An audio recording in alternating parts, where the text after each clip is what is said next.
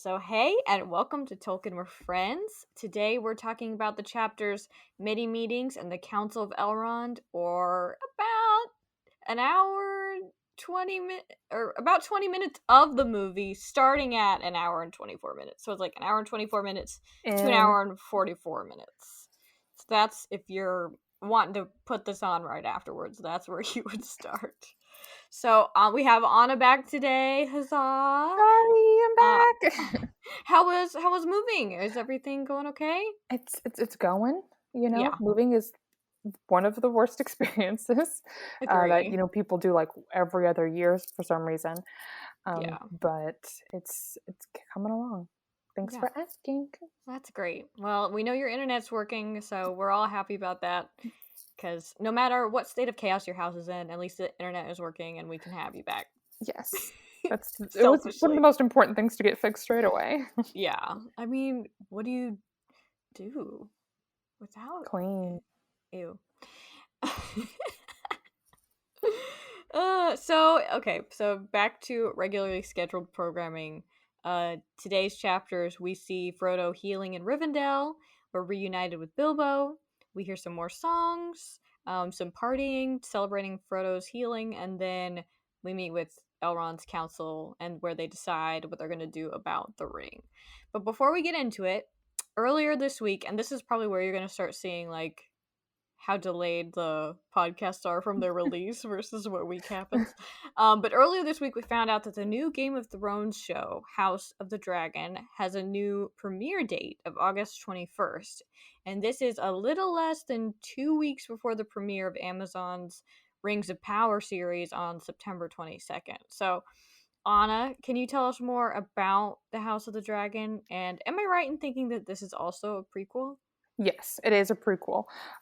It is taking information from the book Fire and Blood, which is exclusively about the Targaryens, and the whole book covers like a bunch of stuff about the Targaryens, but the show The House of the Dragon is specifically going to go over a period of time where the Targaryen family who was ruling at the time Mm-hmm. was kind of like in battle with each other. They call it a civil war. And I believe they also refer to it as the Dance of Dragons, which is a fun way to say fighting and death and murder. But between the Targaryen family. Yeah. It's kind of like the War of Roses in England. Like, that's like a family fighting over the throne. But War of Yeah. Roses. Yeah. It sounds so nice. But yeah, that's exactly what it is. There people are fighting for the throne in that HBO series. Wow. So, do you know why they moved the date? I don't, and I don't know if like I read the release date wrong or I if it's don't think so. confirmed that they did push it back. I have no idea why they would choose to move it. They have been very inconsistent as of late with release dates. Like for seasons like 1 through 3 of Game of Thrones, they were pretty, Yeah, on like late par with the. spring.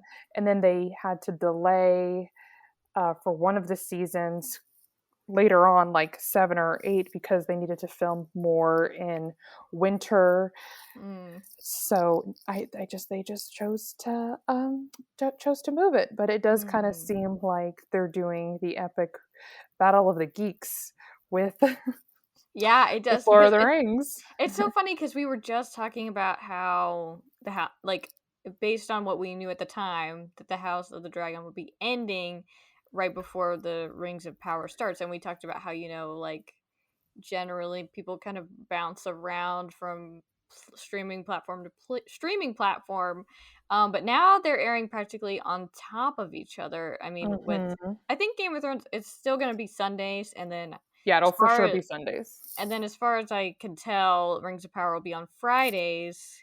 So I guess it's not like they're battling over the same time slot like we would have seen in like previous years of TV. You know what I mean? Like you Hmm. have a premiere of like I don't know, Walking Dead on AMC at the same time as something else. You know what I'm saying? Yes, yes. Like a huge show that like everybody wants to see, but then you have to pick and choose. So it's not that problem per se. Um, but it is interesting as far as like you won't necessarily be able to just say maybe you hop around from platform to platform and like you only have a subscription for a certain amount of time and then you cancel it and go to the next show maybe. Um, but I don't really know if they'll have that as an issue. Like, do you see any issues about these two shows airing at the same time? I really don't, because I think that people who like consume this type of content, and it's pretty much the same content. It's not like you're talking about like Lord of the Rings and Star Wars, which, Mm-hmm. one's about space future stuff, one's very mystical, fantasy world, where Mm-hmm. you can think of like, wow, if they really were to battle out, they're separating fandoms because they're so different. Game of Thrones and Lord of the Rings, are they really different enough? Will people just end up watching both? Mm-hmm. Probably. I don't think it's too big of an issue, but it feels like a statement. It doesn't it? And I'm trying to figure out what that statement is because it's like, I mean, so they're both prequels, They're both and prequels. I mean, like, Rings of Power is like thousands of years before And the this Lord of one's the like Rings. 500 or so years before the events of Yeah, Game of so like Thrones. good chunks of time before the series and like events that we are more familiar with. Um, and it is kind of interesting because there's been a lot of talk about how Rings of Power came to be, and it was like Jeff Bezos looking for the next Game of Thrones, and then to have Mm. literally the next Game of Thrones happening at the same Yeah. time.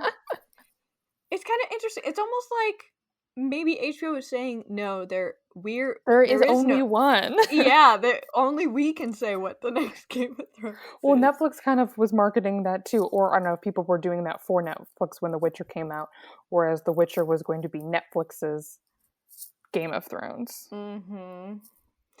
Yeah, it's interesting. It almost makes me think like, is the I do see some Lord of the Rings fans like disliking Game of Thrones for like violence and nudity and like sex stuff. Um, not I don't even know what a percentage of that would be. I don't think it's a large percentage, but you know what I'm saying. But Yeah, like I at can see why this someone would dislike Game of Thrones for all those reasons. right.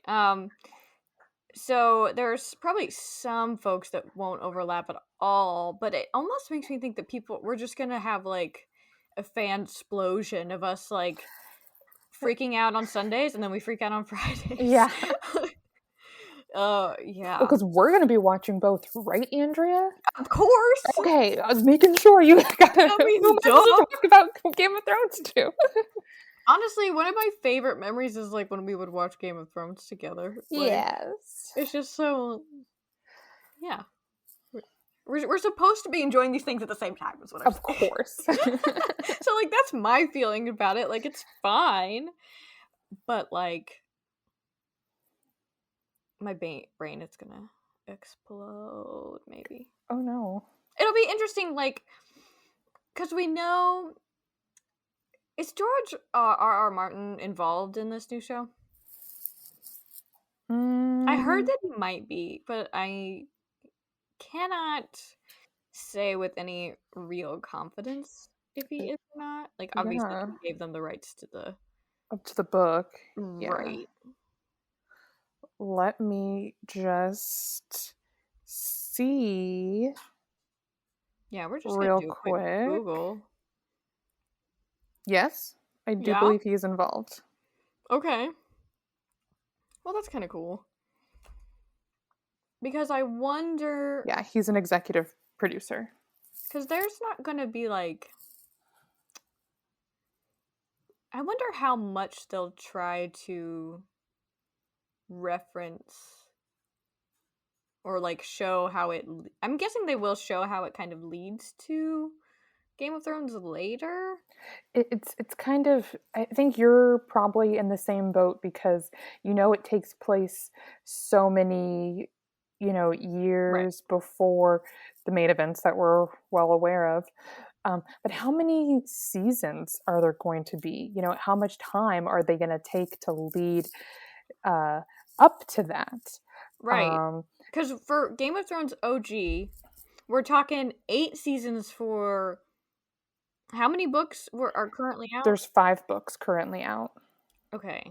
And do you remember like when I know they start deviating from the books, but like how many of those seasons are equivalent to like how much of a book? So for seasons 1, well, it's also hard because like season It or mixed book and 3, matched yeah, they stuff. they mix them up, but it starts deviating around season 6. So 6, 7, and 8 are like all fresh Mm. Interesting. Game of Thrones Okay. content. That's not Hmm. as heavily is not heavily based Okay. on That source was material ish a season a book. Ish. ish. Yeah, And but for this is based on one book that will yeah. have multiple seasons, I'm assuming. I would assume so. Supposedly. Supposedly. Yeah. Well, honestly, that is more than what Rings of Power is technically built on. So, as far as how much of a book, because they're Hmm. only saying that they have the rights to Hobbit, Lord of the Rings / the appendices, and most of it is probably going to come from the appendices. I think that they probably, since they're working with the Tolkien estate, they'll probably get access to other kinds of stuff that they may want to include. Or at least they'll have to check with them to make sure they're not like messing with anything major. Um, but yeah, I mean, if they can extrapolate multiple seasons out of like a bunch of outlines, Right. then sure. So yeah. And the biggest connection with the House of Dragons, obviously, other than like the families involved, um, is that this is supposedly when the Targaryen house starts to decline. Like Oh, the cray cray comes out, and they're interesting. becoming weak from the inside versus everyone else just hating them. Um, Still plenty of years before Robert decides to, Right. rebel. But that's all we know That's right now. interesting. So they're kind of setting up a history of madness in the target because I don't think the Mad King, he wasn't like the only crazy Targaryen, right? Like No, no. that was kind of like, oh, he's just like extra crazy. Yeah, he was like extra cruel, and Mm-hmm. people were like, "We've been at this for a while. Yeah. Should we not?" Should we not? Yeah. Yeah, that'll be really interesting. This show might turn into a House of the Dragon / Rings of Power analysis, Yes.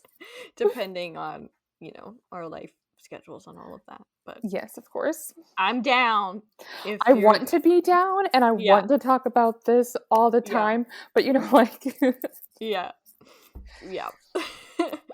So stay tuned. Maybe we'll just have like little 15-minute bonus episodes that are just like yeah. real quick. What happened Oh this my week? god. Yeah. Well, and I'm also kind of, I mean, it's a big book, and now there's lots of pressure for me to finish Fire and Blood before April Oh, 21st, which I'm excited about. why before April? Well, April, when I thought April was the Oh, release date, I was going to try to finish it before the show came out, but now I have a couple more months. yeah. Um, So that's helpful. and since they're doing more of the timeline, I'm just like waiting until they get to that point, Mm-hmm. because I haven't reached it in the book yet. Yeah. Interesting. Well, that'll be fun. Yeah.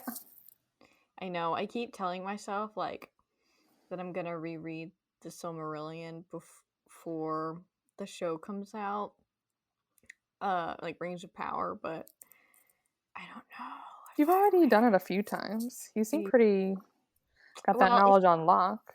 I know like the big things, and um, it'll be interesting to like if I just maybe focus on like knowing the appendices really well and then being like, whoa, they definitely are going off of what they told us they were. You know what I mean? Like being able Mm-hmm. to catch those things. So I'm not super worried about it. But Yeah. I do tell myself like, oh yeah, you'll read it again. And then I'm like, mm. um but yeah, stay tuned for more. We will definitely if we hear, I'm interested to see when they drop a trailer for House of the Dragon. Mm-hmm. Like That's more like a fleshed out. trailery trailer. Yeah, Yeah. not just a. Cuz we've got Yeah. yeah, we've gotten like teasers for both of our shows now. But Mm-hmm. now I'm like, okay, are you going to like give us a sneak peek of like the plot? Yeah. Like not just like everybody being like cute, Yeah. That's. please. So, I don't know. I don't know what the timing is for that kind of stuff normally, but I mean, they're just probably gonna hold on to that. And to like let's right think. Let's before think. It's not like when like the Super Bowl and things like that happen. You can like expect a big drop. trailers. I know. Didn't the Rings of Power drop Yeah, during but the their Super Bowl? teaser. Yeah. Um, and I'm trying to think like if there's any other statewide things happening where they're going to release.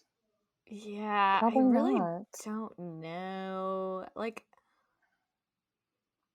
yeah, I can't think of like a major event where everybody's definitely watching TV, you know?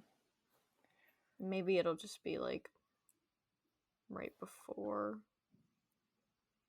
And like honestly, do they need to? We're gonna watch it. I I could get know. no more trailers until September and True. still be waiting there like with my popcorn. I So know. Yeah. I'm just really because there's so much up in the air. Like, and they've done several Vanity Fair articles and stuff that has given us a little bit more, but I would like, I don't know. But, what I want doesn't matter, I guess. But I will reiterate unfortunately, that Witch King of Angmar spinoff, once again, we're waiting. if you don't give me a trailer, then can I get a spinoff? Before the prequel comes out, I already need commitment Yeah, for the spinoff. please. It's fine. Yeah, that's what I want. So I guess we'll get back to our regularly scheduled programming with the caveat that if we think of anything else, we will mention it. Yes. So when we last saw Frodo, he had just collapsed after making across the ford on the way to Rivendell. Note that we do not make it all the way to the end of the DVD. If anyone remembers having to change discs after Elrond names all of the Fellowship, that's like always how I think of it. It's like halfway point. He names all the Fellowship, and then we change discs. This, yes. But instead, we basically end as soon as Frodo says, "I will take the ring to Mordor, though I do not know the way." So I think we could just start with some of the bigger, like some of the things that really stood out to me when preparing for this week. Um so like Frodo wakes up, overall I would say that this part is pretty good as far as sticking to the book. Obviously, every time pacing changes, things are sped up. We see more of Arwen, which I think is great. Um and we finally get to see how Gandalf escapes from Orthanc with Gwaihir the Eagle, um, which is beautifully done. Like the whole moth catching thing and whispering to it, I think is really cool. I wouldn't really trade it for anything because the whole reason that Gwaihir shows up in the books is because he runs into Radagast, one of the other wizards, when he is kind of doing his investigative work, like right before he tells Frodo, like before he runs off away from Frodo for a little bit, and Radagast is like, "Oh, I was looking for you. the nine have crossed the river. I think when he says that, he means like the Anduin, like the river near Gondor. Um, Otherwise, like I don't think crossing the Isen near Isengard makes sense at that point. But so that's my guess because he doesn't specify. But um, he says Saruman says he'll help if you, but you gotta go see him like ASAP. And he's like, but and he's like, I'm out though because the nine scare me. And Gandalf is like, whoa, thanks, but before you go, because Radagast is a friend to a lot of birds and beasts. And he says, like, tell your animal friends to send word to Gandalf and Saruman, like, let news be sent to Orthanc. And so when Gwaihir shows up, he's actually there to tell Gandalf that uh, Gollum has escaped from the elves and some other stuff. Mm. And, you know, Gandalf hitches a ride because of that. And so, but by cutting Radagast out, you still need some kind of mechanism to get. How does he know how to go save Gandalf? Yeah, exactly. So I just think something about the moth, like, it's like really unexpected. Like, me just thinking about it, like, I have no clue how you would come up with that idea. You know, like what the genesis of that is, but it works so well. This is a little like deep, but I like it because it shows that like Gandalf's magic and like him being like good and closer to nature, and there's like this Mm, connection there, so it's like this really beautiful symbolism compared to like Saruman, who's working with the orcs who are literally cutting down trees, yeah. digging these guys out of the earth. Like it's very much like just destruction and removal of the earth. And then he is like chatting with a like lunar moth or whatever they're called. I don't know the Mm-hmm. exact type that I don't know. they I've heard use that in it's this some show. kind of native New Zealand Is it a moth. New Zealand moth? I think so. I don't know the And name of it, but it's cute. uh I'm just gonna real quick because Mm-hmm. now I need to know moth in, I almost said Game of Thrones. Game of the Rings. Yeah, I just it's Lord on of the my brain. Thrones. Um, who is the moth? What species of moth? Yeah. Oh, moth was previously believed to be an Antheria polyphemus. However, as the species is a North American native and filming for the series took place in New Zealand, it is now believed to be a male Apodiptera eucalypti. Okay, very pretty, for whatever it is. I know, I love me a fuzzy moth. So yeah, I think that that was just like really cool. That's really Just smart. juxtaposition Yeah. because it it shows like Saruman is bad. He'd Mm-hmm. be doing the bad stuff. Yeah, that's so Gandalf's true. chill with the earth. Yeah, I love that because it's very true that the thing about Saruman that is where you can really see like kind of a manifestation of his switching sides is through like his embracing of like this industrialism, like mechanical stuff, you know, things that aren't very organic.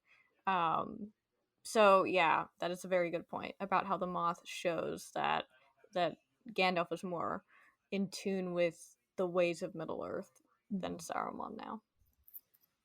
So if we just want to stay on the Gandalf Saruman scene for a second, um, so we've already shown, so in the book, essentially the Council of Elrond is just everyone going back and forth and sharing like all of their news that they have, like the dwarves, elves of Mirkwood, Gandalf, Bilbo, Frodo, essentially explaining exactly how they got to where they are today.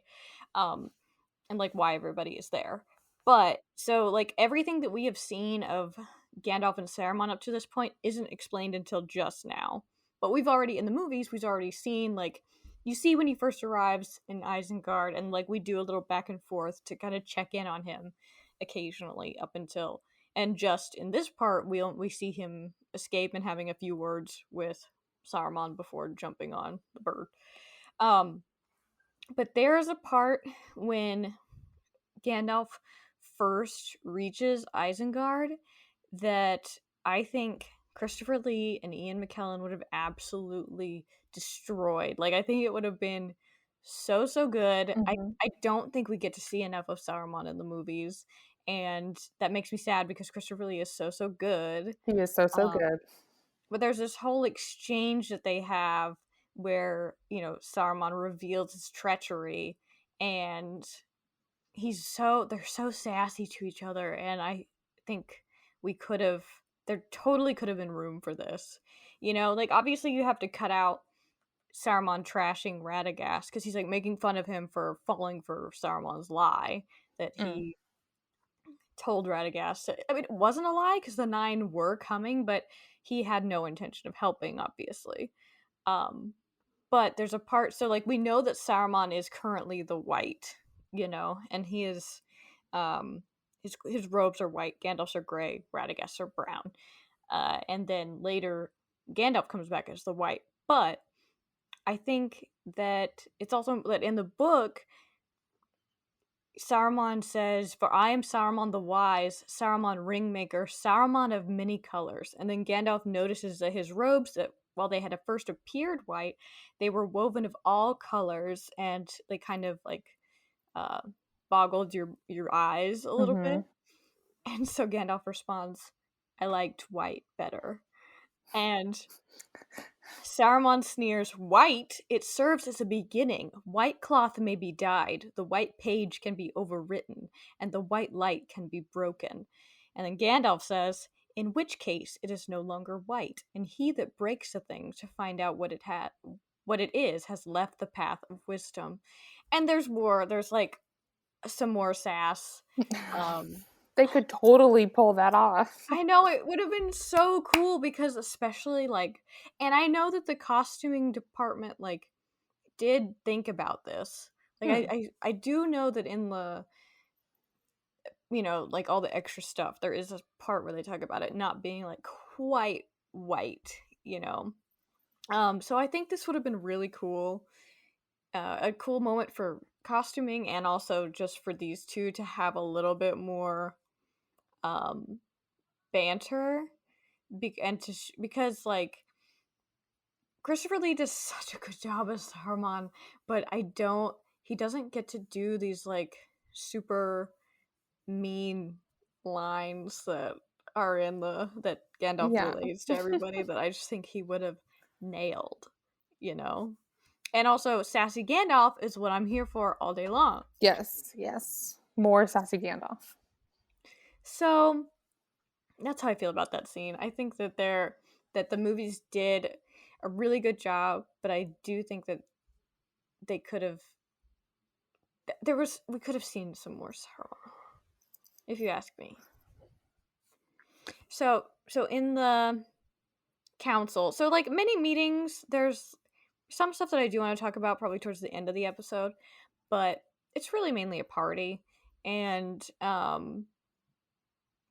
they have a feast, and Frodo catches up with Gimli's dad, Glowin, and Oh. then Bilbo recites some poetry, and then they go to bed. And then the next day, they have this really long conversation where it's like Elrond explaining why everybody's there. And that's one thing that I think is particularly different is that in the movies, I think that it's implied that somehow Elrond has, like in the first movie, it's implied that Elrond has kind of called them there or asked them to be there. Um, and then in Return of the King, we see in the extra scene, it's not in the theatrical, but there's an extended scene where Denethor literally says to Boromir that Elrond is calling a council. But one thing that I think is important is kind of like this theme of like divine intervention with the events that are going on Okay. in Lord of the Rings, because like we said earlier with Gandalf and Frodo in the Shire, is Gandalf's talking about how it's important to know that there's not only just forces of evil at work here, that Frodo and Bilbo were meant to have the ring, and he's like, and that may be an encouraging thought. So that's like kind of part one of that. And then if you think about it, Gandalf tried to get Frodo to leave in late June, early July, but his letter got lost. Did not get sent from Bree to tell him to leave. So Frodo therefore waits and goes by his original plan to leave around his birthday. Obviously gets pursued by the enemy, but he arrives around the same time that the dwarves arrive, that some elves from Mirkwood arrive, and Boromir. And it's very interesting because they all come for very different reasons, and it all just happened to be like around the same time. Hmm. And I feel like that's very like on purpose, but not on their purpose, but like, you know, somebody else having a hand in all of it. Yes, yes. Because Elrond says that they're called there to figure out what to do with the ring, but called, I say, though I have not called you to me, strangers from distant lands. You have come and are here met in this very nick of time. By chance it may seem, yet it is not so. Believe rather that it is so ordered that we who sit here and none others must find counsel for the peril of the world. Which, I think it's an interesting distinction between the way the books kind of keeps it refreshes this a few times of like things um seemingly going wrong but very much working out, against Yeah. everybody's better judgment and plans. And so then they go through and they kind of talk about why everybody has actually shown up today. What is your impression in the movie, like why everybody is there? It feels like Elrond has called everyone to be like, shit's going down. We need to decide what to do with it. Um, these are all the big players, at Mm-hmm. hand, and then they go from there. Yeah, and I think, for like movie purposes that's like fine.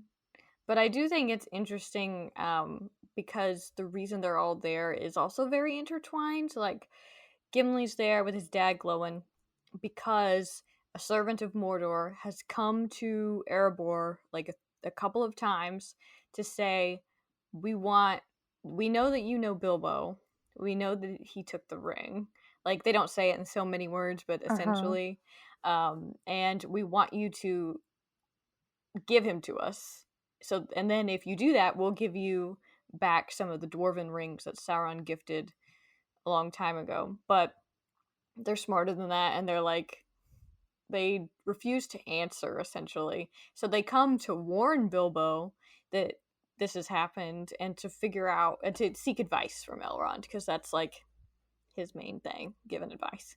And then Legolas is there because I think we mentioned this a few episodes ago, but how Aragorn and Gandalf had essentially tracked Gollum together uh, a few years back, and that's how Gandalf found out about what Gollum knew and like found out the truth about the ring, essentially. So what had happened was once Aragorn helped capture him, and then Gandalf questioned him, and then they left him in the care of the elves of Mirkwood, like to be a Where prisoner. Legolas is from? Yes, exactly.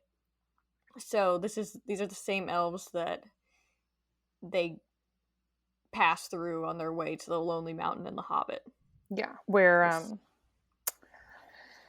Thorin and all of them get captured for a little bit. yeah, and what's his face? Legolas's daddy's there. Thranduil, yeah. He's perfect in every single way. Yes. Let it be known. I just love him so much. Yeah. Yes, so he was essentially in the care of Thranduil and his people. Hmm. And there and so they explain at the point where they explain that they had questioned Gollum, and they're like, "Yeah, but he's safe in Mirkwood." And then Legolas goes, "He's not." They're like, "We're here to He's tell you that not. we lost him." So essentially, they had because Gandalf had told them that there may still be some hope for Gollum to not totally like uh throw him over. You know what I mean? To like that there is hope for his cure. So they felt bad for leaving him in their dungeon, like in their prison area, essentially, which is under the ground. And they didn't want him falling back into his old ways, even though I don't think at this point there had ever been a not old ways. So what they would do is they would kind of like let him climb a tree every once in a while, and there was one day where he didn't come down, and so they didn't feel like going up after him because he can like hold on to trees really good, and then they get attacked by orcs and he's able to escape, and so it felt very planned. And they did track him, but then his tracks went past Dol Guldur, which is like Sauron's old fortress, and I think he definitely has a bunch of evil dudes keeping a hold on it, so they Mhm. were like, we They're don't go like, that nah, way. Yeah, exactly. it's not worth it. Yeah, so then, but what's funny is Gandalf is like, oh well. But when you think about it, if Gollum hadn't escaped and then hadn't figured out where Sam and Frodo were going and followed them, then the ring wouldn't have been destroyed. There you go. So I like that Gandalf is very like chill about it. He's not like, oh shoot. He's just like, all right, well, whatever happens, happens. And it's like, yeah, you're right, Gandalf. Gandalf's chill. We need more Gandalf. We all need to act like Gandalf more. He's just like, well, we tried. But I think that Gandalf has a feeling about Gollum this whole time, so he's like, okay. And then Boromir is there because he's also seeking Elrond's advice after him and Faramir have this dream where, of course, there's a poem in it, where a voice says, "Seek for the sword that was broken, in Imladris it dwells. There shall be counsels taken, stronger than Morgul spells. There shall be shown a token that doom is near at hand, for Isildur's bane shall waken, and the halfling forth shall stand." So it's referencing Aragorn's sword that's broken in half, the shards of Narsil, and it's talking about the token. It's the ring. And at first, once he hears them kind of explain and he tells them this, he's assuming that it means the doom of Minas Tirith, but Aragorn's like, no, doom as in like whatever, like a fate, like whatever's gonna happen next. And we have a part to play in that. And he shows them his sword, and he's very much like it's definitely a different approach than the movie where Legolas is like, that's Aragorn, son of Arathorn, and you owe him your allegiance. I And like that. I know. And Aragorn's like, sit Chill, down. dude. Yeah, he's like, don't need to go there. I'm not ready for that yet. But that kind of goes back to what we've been saying in previous episodes. Like, Aragorn in the movies is definitely a more vulnerable character, probably more relatable character. He has more of a character arc than what he has in the books because, Tolkien already has decided that Aragorn's growth, essentially, as a person, has happened when he was between 20 and 40. Now he's like 80 something. Oh, So, wow. yeah. So, because since he's descended from Numenor, he gets to live longer. Longer, okay. But not as long as the like the elves. Numenorians. Yeah. And not even as long as the Numenorians used to. Oh. Like, I think the first Numenorians got to live for like 500 years. But I think Aragorn dies when he's like, I think he gets to rule Gondor for 120 years? Or does he die when he... No. Yeah. Something like that. There's 120 is in there somewhere. I believe you. But you get it. He gets to be old. So those are, I think, some of like the major changes. And like, Elrond in the movies, he talks more to Gandalf specifically about that he was there when Isildur didn't throw the ring into the fire. But pretty much everything that we learn in this chapter, they all say to each other out in the open. And one thing that I do think is very cute is that Bilbo tries to volunteer to take the ring first. But Bilbo isn't even in the council in the movie, which, like, I get it. Like, he doesn't have to be, but I think it's very nice for his character. I mean, it's just kind of like, he kind of says it jokingly, but he's very much like, I get it. I started it. I gotta finish it. And then again, I was like, if you had actually started it, that we would make you go, but no, the ring is passed on. Don't worry about it again. Bilbo's like, oh, thank God. I didn't have it in me anyway. Yeah, exactly. But I do think it's sweet, and says something a little bit about Bilbo and probably hobbits in general, which is kind of the next thing that I wanted to talk about. So there's a point where that I don't think is really touched on in the movies that gets brought up here, where we've kind of established how Bilbo and Frodo are pretty different from other hobbits, right? Mm-hmm. But I kind of want to talk about how throughout the story, hobbits are actually pretty special as a whole, and are really kind of representative of all of us who feel like we don't or can't make a difference, just like in our day to day. But I think there's a lot of points in the story that kind of try to remind us that that is exactly the thing that is really important. That is the thing worth protecting, like your kind of day to day regular stuff. Okay. So I'll bring my textual evidence into this now. So within many meetings, Gandalf is telling Frodo that Rivendell has enough power to withstand the might of Mordor for a little while. Because Frodo is like, he wakes up and he's like, "Are we safe? Is Rivendell safe?" He's I been mean, he through a went lot. through it, so he's a little. Yeah, a little shaken up. Yeah. um, but then Gandalf also adds that other places have power, and then of course, your mind probably thinks to like the other elven strongholds in Middle Earth, maybe even Minas Tirith and places like that. But he makes sure to add that a different kind of power can be found in the Shire, and that all of them will probably be under siege soon if something isn't done. Mm-hmm. And I think that the power in the Shire can be read a few different ways, but we're already starting to see the resilience of hobbits and how they seem to be able to resist the ring in certain ways. But I think it's more than that. And I think that they kind of try to hint at this in the movie with Elrond saying to Gandalf that, like, already, it's impressive that Frodo has come so far, still bearing the ring, and has shown like an extraordinary resilience to it. But that's really just like a comment on Frodo. So I want to kind of like broaden that up to hobbits in general. So, for example, when we get to the end of the Council of Elrond, there's some of my very favorite quotes from Gandalf and Elrond ever. So one of the elves says, "What strength have we for the finding of the fire in which it was made? That is the path of despair, of folly, I would say, if I didn't know better, because nobody wants to correct Elrond." And they kind of give this stuff to Boromir in the movie, Oh.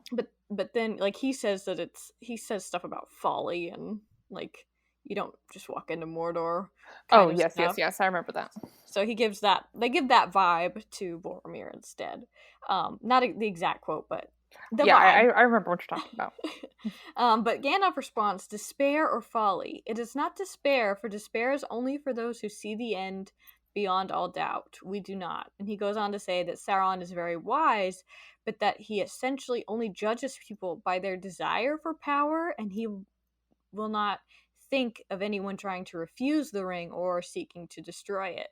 And I would say that this puts pretty much all hobbits out of Sauron's reckoning, and that that in itself has got to be like a special power, to like. It's not that they're just so small to not register for Sauron, and I think that it's more so that they have such like almost an opposite value system to Sauron, to not only resist the ring, but they don't even value the same things. Like they don't care about power. They don't even have like a government system. They Fascinating. like we literally talked about in like probably one of the very first episodes about how they're more concerned with eating and drinking and gardening and stuff than in sticking to their own kind of thing that Mm-hmm. uh so they're not concerned about that stuff at all. And even their birthday parties, like they give presents away on their own birthdays, it's a very Mm-hmm. like generous, giving, sweet kind of culture.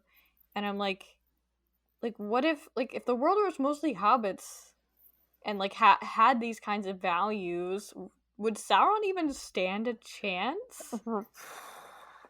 Do you know what I'm saying? Because Yes. they like every time we see someone get the ring, like obviously Gollum, his heart was a little corrupted already as far as like his value system, but when we think about just Hobbit, like there's always going to be an exception to the rule, right? Like, Yeah. but Hobbits as we see them in Lord of the Rings, it's very like chill, and I wouldn't say that every single one would have the strength to carry the ring, especially as far as Frodo does, but just in thinking about the way that they prioritize things, I think it's a significant difference Yeah. from the Yeah. rest of the world.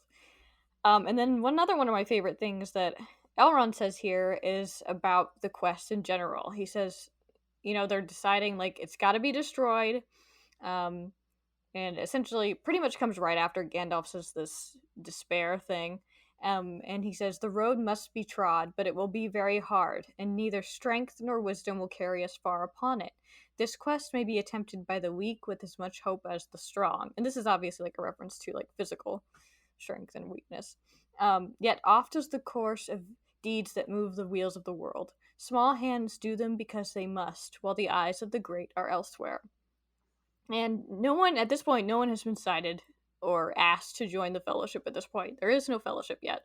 But it so clearly to me means that a hobbit has to be involved.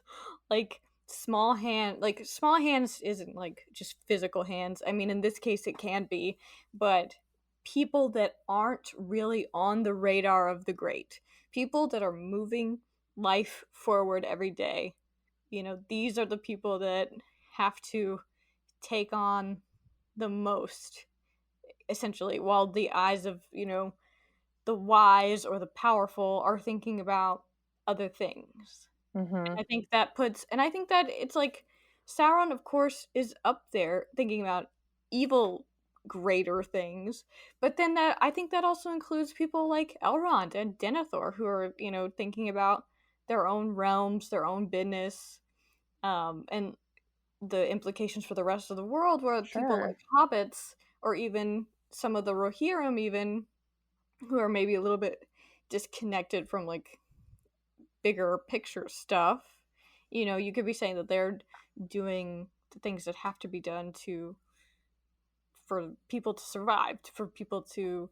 And it's also like I think that the power of the Shire, this is the power of being ordinary, like this is, um while they're not counted among the very wise or great, the part that hobbits play has to do with that ordinary stuff that brings us joy. Like, if you think about some of the defining characteristics of hobbit life, it's eating, smoking, farming, for more eating, growing things, like gardening, and being very family oriented. They're very like interested in their own genealogies and their family history, and Mm-hmm. um, doing things to, and they're all kind of interconnected, like family tree wise. So like they're all just like there for each other in that kind of way. Mm-hmm.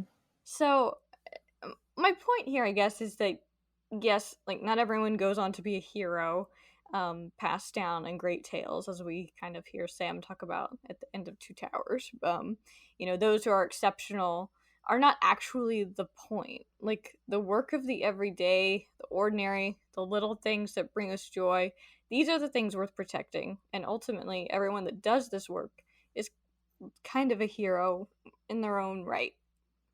And like these little, so like maybe we don't tell stories about them, but they're the reason that we're here, Mm-hmm. right? Mm-hmm. Because not everybody gets that recognition. Yes. And this is also why I'm kind of sad that the scouring of the Shire is cut from Return of the King. So this is kind of where we see it come full circle, where the hobbits, there, while Sam and Frodo and Merry and Pippin are off saving the world at large, the Shire, gets under attack by orcs and kind of gets taken over. Like, you've got some hobbits doing and it ultimately leads back to Saruman being a jerk. Of Um, course. yeah, because he eventually makes his way to the Shire. I think just out of spite at that point. And recruits some orcs and orc-like people, and makes them do essentially like uh what's the word? What we were talking about earlier, like, and tries to industrialize the Hmm. the Hobbiton and the Shire. There's stuff that he messes up with the mill and just like tears down trees and all that kind of stuff. Essentially, what he did at Isengard, but in the Shire. And I really love that moment because it's where you see all of the hobbits. Like once that spark is kind of lit by Frodo and Merry and Sam and Pippin, like they're not gonna take it, and they're like, this is, why are you guys like putting up with this? And they stand up to them, and then that kind of lights a spark in everybody else, and they all band together and are able to overcome that evil in their own backyard. But I think that this kind of reinforces that idea that like we all have the ability to stand up to evil and do something good, even if it is just in our own neighborhood. And I Damn. feel like that's the point. That's like the power of the Shire that Gandalf is referring to. That like even if it's not something that we're thinking about actively doing all the time, I think that we are doing it. Hmm. Obviously, exceptions to the rule apply, but if Yes. you're coming at things the way that, you know, with like a good heart and with like prioritizing these very different things and these like things that bring you joy, I think that's where I think that is what Gandalf is referring to when he's talking about that different kind of power in the Shire. Thanks. Thank you for coming to my TED Talk. Yeah. It's definitely a bunch of layers that you don't get in the movie. Yeah, Not at all. I know, because I feel like while in as far as characterizing the Shire and hobbits in general in the movie, we're thinking about like they're setting it up to show this innocence, particularly for Frodo, Sam, Merry, and Pippin, like showing how hard it's going to be from them, and therefore their success and their resilience is that much more like recognizable by the end. But by keeping Hobbiton untouched, and there's several points where Tolkien says that like hobbits have never had a place in the big stories before now. They just have like their own little family stories, their own little myths and legends, but they don't play into the bigger narrative until now. Uh, Hmm. and I think that it also like takes away from like the Hobbit success as like a people by not kind of showing the Shire, like the scouring of the Shire, and um, but like I get it on one hand, but I do wish that I think they could have thrown in the line about like the different powers of the world. That Rivendell has some, and Lorien and Minas Tirith and places like that have another, and Hmm. the Shire are special too. And I don't even think that that's necessarily something that would be picked up on like most of the times that I've read the books. But I'm like, we're doing a podcast, Got to go and in a little deeper. yeah, I'm thinking about it a little bit more than I probably ever have. But Hmm. I do think that you do get the sense that there's something special about hobbits in general, but I can never really put my finger on it. But I think that it is like, while there are moments where we've talked about where like the hobbits kind of to their own detriment in some ways aren't involved in the rest of the world and almost kind of like shun it, and are Hmm. uh suspicious of it.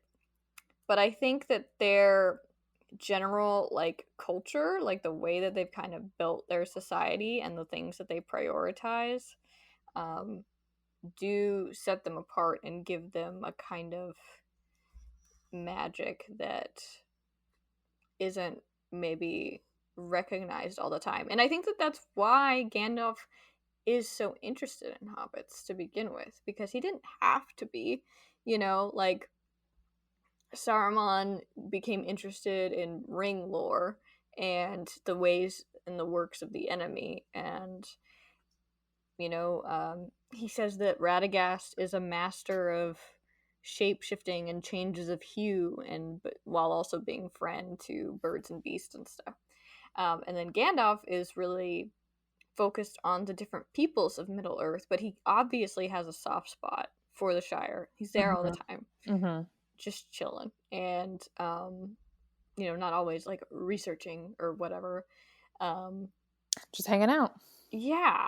And so I think it's like, if we think about Gandalf's ultimate purpose is to unite the peoples of Middle Earth and to try to overthrow Sauron. I mean, ultimately, that's what all the wizards are supposed to be doing, is helping to overthrow Sauron and in whatever way that they can. But Gandalf seems to be the only one that got the memo and really did some overtime for that task. But I think that they're, like before Bilbo, I don't even think the elves really, Elrond talks about like that Frodo and Bilbo are really like his only experience with hobbits, and wouldn't really have known about them without Gandalf's intervention. So I think that it's significant that we mainly see the story from the point of view of hobbits, and I think it's significant that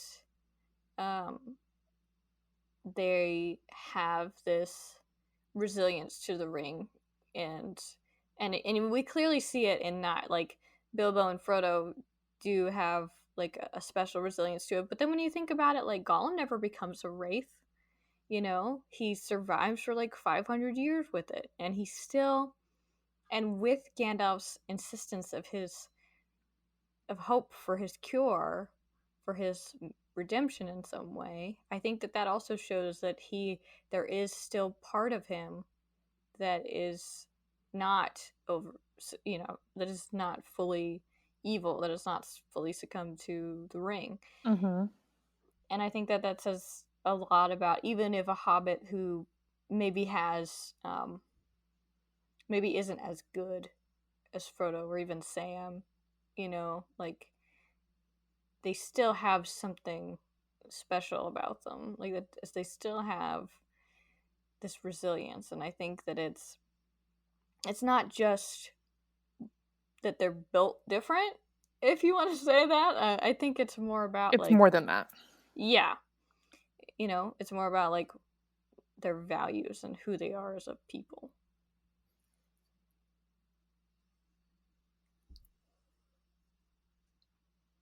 It's just so, I mean, I wouldn't say so different than what they give off in the movies, but it's definitely more on like, they don't really care about anyone else, and they are physically tinier, so they can be sneaky, and that's why Bilbo was chosen in The Hobbit, and right, that makes Frodo successful in Lord of the Rings. Not that there's some like bigger message to give, or specifically about the hobbits, but it makes sense. It tracks. So, if you're listening to this, random listener, I mean, like handful of listeners, I should say, maybe, let us know what you think. We're on Twitter, we're on Instagram, so maybe I should put those links somewhere. I mean, they're on our website, tolkienwithfriends.com. But maybe I'll leave it in a description somewhere, and then you can tell us what you think about hobbits after this episode airs eventually. But yeah, that's pretty much all that I had. I mean, overall, I think we're continuing to see, particularly in Fellowship of the Ring, where they get the highlights right. They get the big points correct. Like, if you just watch Fellowship of the Ring, do you need to read the book? No, but you do need to listen to this podcast. There you go. That'll fill in all of the lovely gaps. Yeah. So, like, because not every little thing is essential, but And I understand that like Tolkien's style isn't for everybody, but I really like it. And I will continue to tell you about why I really like it. I think once we get to Two Towers and Return of the King is where we're gonna see like the bigger deviations. Like Mm. even when I wrote up our schedule for this, the way that they intercut in the movies becomes a little bit different. And so we're gonna try to follow that as much as possible. So our chapters are gonna get mixed up. We're not gonna be able to do it like, just following along in the book like this. Which I get. They're trying to keep you aware of everything happening all at once. Whereas so they're all together in this book, right? But then once they start to split up, it becomes half the book being Merry, Pippin, Aragorn, Legolas, Gimli, half the book Frodo and Sam. So do they divide it up like that, or is it like Frodo, Pippin, like No, it's like first half. literally half the book? Yeah, first half is the like Two Towers, for example, is Aragorn going after Merry and Pippin to save them from the orcs, and then Merry and Pippin getting to Fangorn, and then it stops. Like, I think he leaves you on cliffhangers usually, and then cuts to what Frodo and Sam have been up to that whole time. Mm-hmm. But then Frodo and Sam get a little bit farther in the timeline, and then it has to backtrack a little bit at the beginning of Return of the King. Gotcha. Because when, like, we can talk about it later, but there is like a timeline in the back of Return of the King in the appendices, and it's like crazy how many things are all happening at once. And not everything is listed in the timeline, but it does get a little like, whoa. Because I almost divvied up the chapters like that, and then I was like, well, too much work. We're just going to follow the outline that the movies gave us. Yeah, makes so sense. So that if you only know the movies, you can still follow along fairly well. Understood. Yeah. So okay. So where does that leave us for next week? I know one of the chapters is the ring goes south. Actually, I'm just gonna go to my timeline because you guys Just look at it. Just reference it. just look at it. Why don't you just look at it, Andy? Okay. So we basically we exit Rivendell and we get to Khazad-dûm. So we have The Ring Goes South, A Journey in the Dark, and The Bridge of Khazad-dûm. We've got 3 chapters next time, y'all. Because there's just... I think it would be weird to not finish Moria all in one go. That makes sense. So that's essentially... We leave Rivendell, we get through Moria. And so that'll be a fun one. So that's what's the plan for next week. Sounds good. So we'll see you all there. And then I'll be sure to link some of our social stuff in the description, or just leave the URLs for those if they don't actually link. Copy pasta, people, copy pasta. But yeah, that is the Council of Elrond, and thank you all for being here on this wild ride that is the Lord of the Rings. Anna just waved if you... Oh yeah. And scene.